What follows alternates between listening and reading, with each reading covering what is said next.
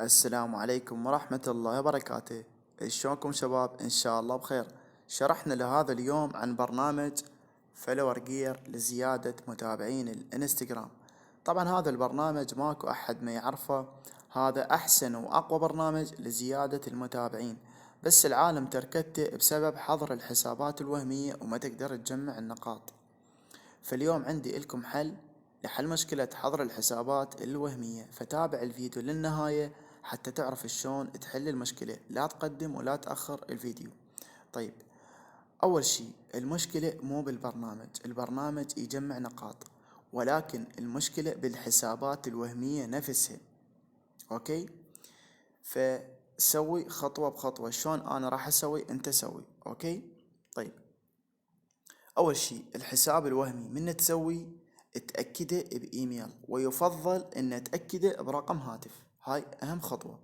طيب، الخطوة الثانية تخلي اسم للحساب وتخلي بايو، وتنشر 3 صور أو صورتين، المهم تنشر منشورات. أوكي، وتخلي صورة شخصية، تنشر منشورات، تخلي صورة شخصية، تخلي اسم، تخلي بايو، تأكده برقم هاتف، وتأكده برقم وتأكده بالإيميل. ماشي. طيب، الخطوة الأخيرة وهاي أهم خطوة حتى تقدر تجمع النقاط، لازم الحساب الوهمي يكون بمتابعين.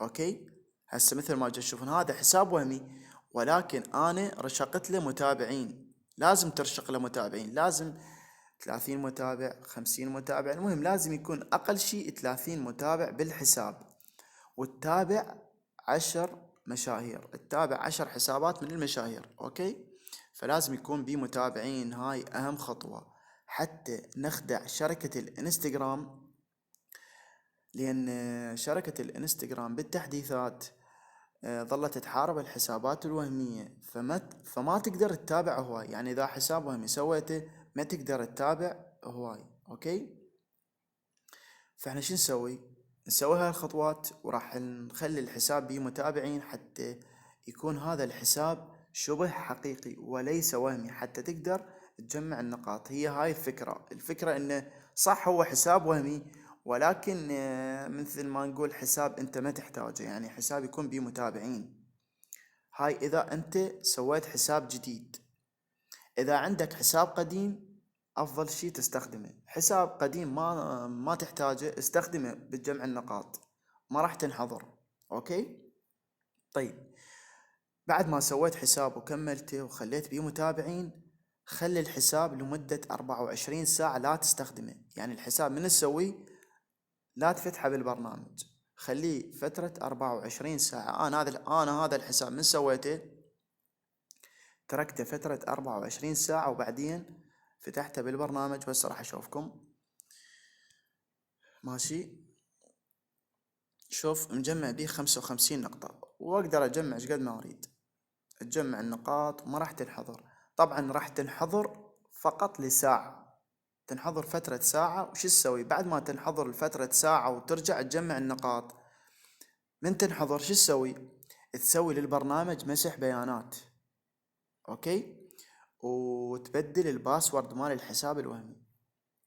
بس ركز وياي، بعد ما كملت الحساب اوكي وجمعت نقاط هناك، راح يحضرك لفترة ساعة فقط، يعني حظر مؤقت لساعة. شو تسوي؟ تبدل الباسورد مال الحساب الوهمي.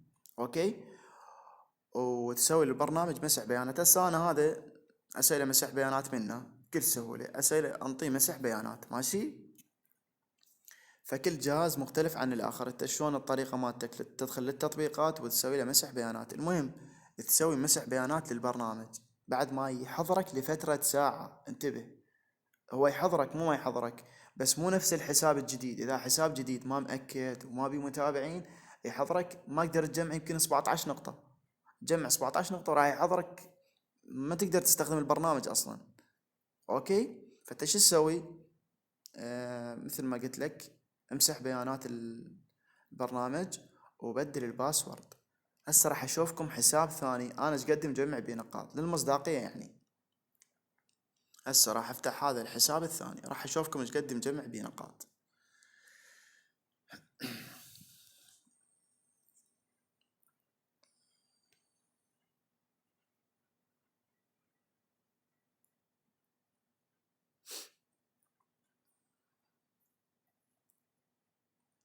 اذا ما فهمت هذا الكلام راح اكتبها بالوصف هاي الملاحظات. بس خليه يفتح شي السالفة.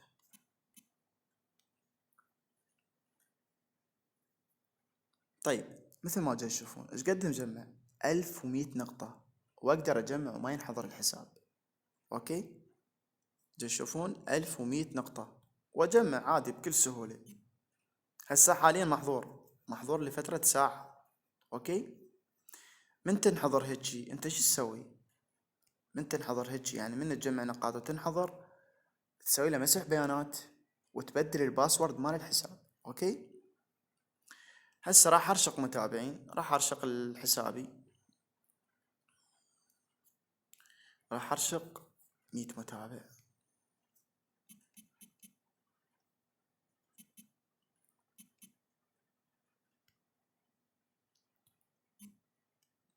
خلينا نشوف راح يجون المتابعين.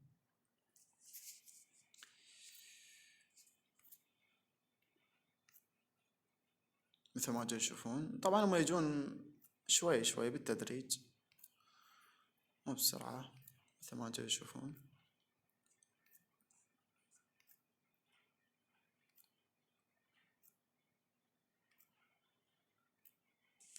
واذا مثل ما قلت لك اذا عندك حساب قديم افضل شيء.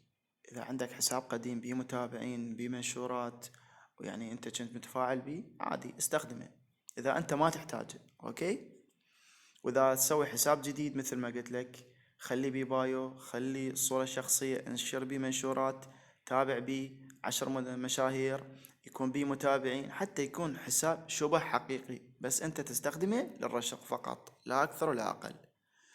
مثل ما جاي تشوفون جاي يجون المتابعين. هسه راح اشوفكم الحساب الثاني اقدر ارشق منه هذا الحساب.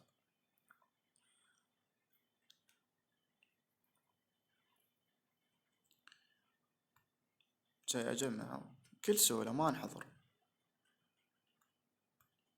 طبعا انا ما اريد الفيديو يكون طويل فأتمنى وضحت لكم الفكرة. هي هاي الفكرة مال البرنامج ما بي أي مشكلة. طبعا شفت بعض الفيديوهات باليوتيوب يقول لك تسوي حسابات وهمية وتجمع من خلال اللايكات، يعني تجمع من خلال اللايكات بس هذا يكون متعب. شلون؟ أنا راح أقول لك شلون يكون متعب. يعني أنت من تجمع مثلا جمعت نقول 1000 نقطة، 1000 نقطة مال اللايكات ايش قد تحولها الى هاي النقاط مال الالماس. هسه راح اشوفكم. راحت انتقال ماس تبديل ماس سكة. شوف شو يقول لك؟ يقول لك 4 نقاط مال اللايكات تعادل نقطة مال الألماسة. يعني إذا مثلا أنت جمعت الألف يعطيك 200 نقطة. ماكو فايدة يعني يكون متعبة. بس أنت سوي اللي قلت لك عليه، سوي حساب يكون مضبوط وارشق بيه. اوكي فلهنا خلص الفيديو. اذا عجبك الفيديو لا تنسى اللايك والاشتراك بالقناة.